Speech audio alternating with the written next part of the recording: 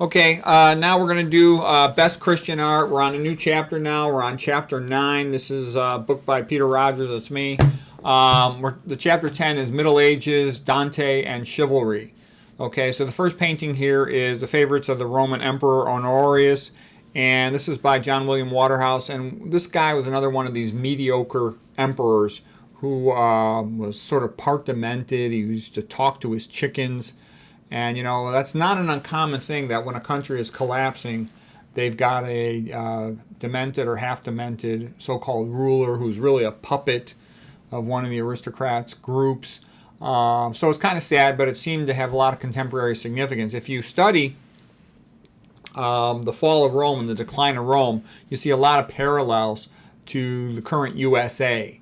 And I can remember also, if you go to Amazon, it was hard to find. Like I read some books about the fall of Rome, and I read a critique of Gibbon's history of the fall and decline of the Roman Empire, and it took me a long time to find it. It was like it was hidden on Amazon. It's almost like they don't want the public to know about these sorts of things. Okay, this is a painting called The Vandals Sacking Rome in 455 AD by Karl Bryullov from 1852. And yeah, it was pretty awful and brutal. I mean, especially the second time around. First time around, they kind of spared a lot of the stuff in Rome. They wanted to negotiate, but afterwards it got worse and worse, and Rome was really destroyed. They kind of a lot of times label 476 sort of the end of the Roman Empire, the beginning of the Middle Ages.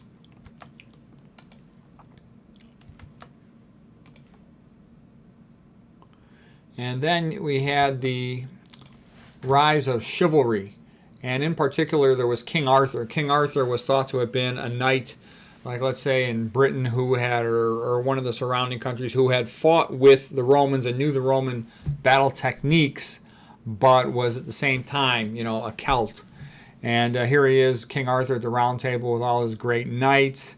And this really took off once, the French started writing their versions of the King Arthur Round Table Knights and adding a lot of romance to it.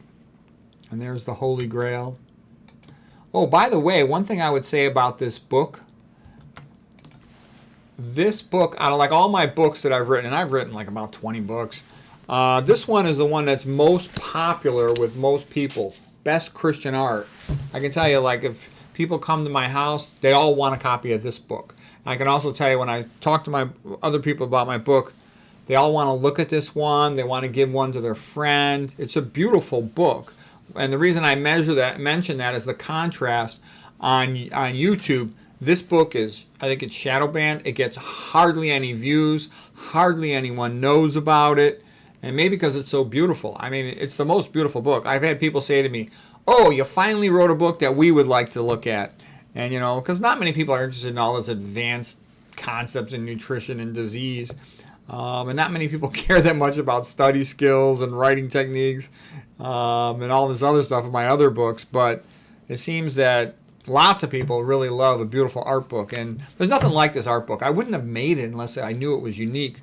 The college professors are a bunch of low IQ conformist wimps. They're phonies, okay? They make their art books all this, cave paintings and then modern art. They pretend it's real. It's a whole bunch of nonsense. I just took the best masterpiece painting. So anyways, that's the way it is. This is The Vigil by John Petty. And the paintings are just beautiful. And this reminds me of the song Simple Man. The next one is going to be The Accolade.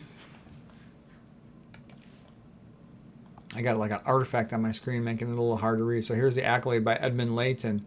And it's just beautiful. The chivalry was very noble. And chivalry, comes out of Christianity and has a very much of a civilizing effect on society. Okay, it's good for society. There's a lot of rules for a knight to obey. They don't always obey them, but they know what they're supposed to do, and that makes society better. And here's another one. This one is The Dedication, again by Edmund Layton, who was a magnificent artist, just magnificent. Look how just absolutely beautiful that painting is. And each knight errant would have their own lady who they sort of aspired to please, whether or not their wife. Almost like the ladies at court was a little bit different thing. They do things for her honor or to please her. So it wasn't like she was their girlfriend or anything. It was just a woman who they sort of admired. there's a lot of cool things about chivalry. I'm currently reading Don Quixote, which is kind of a crazy book, but emphasizes chivalry a lot.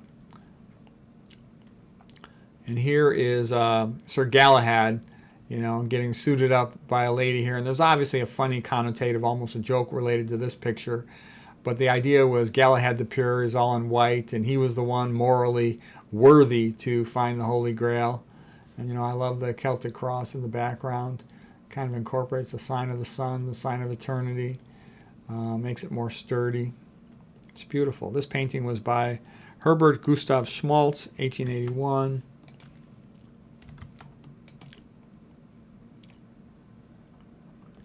And again, here's Sir Galahad the Worthy going to find his Holy Grail. This one by Arthur Hughes. Here's Guinevere and Lancelot by Herbert Draper.